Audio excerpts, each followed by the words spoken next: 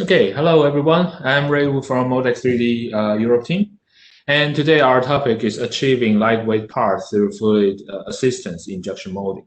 So when we are talking about fluid assistance injection molding, mostly we are talking about gas assistance or water assistance injection molding. Yeah, so today, here is the outline for today. Firstly, we will look into the lightweight issues and requirements that which is growing nowadays. And after that, we will look into what is gas assistance and water assistance molding. What do we need? What do we need to take care of when we are having a process? And also like the difficulties and the challenging in making of this kind of injection molding process to happen in the reality. After that, we will introduce the feature of Modex 3D in gas assistance and water assistance module.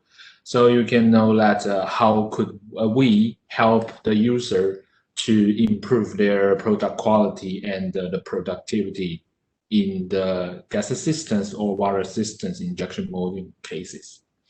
And after that is some summary. And if you have any question during the whole presentation, please feel free to type it in the chat box. So we will collect them and answer that later after the webinar is finished.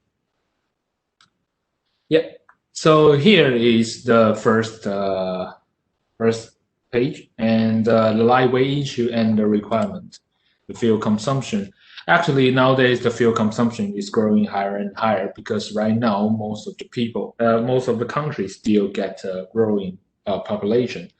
So when it comes to a growing population, there is more and more people need to go outdoors. And though the public transportation is really growing nowadays everywhere, but still a lot of vehicles is also generating.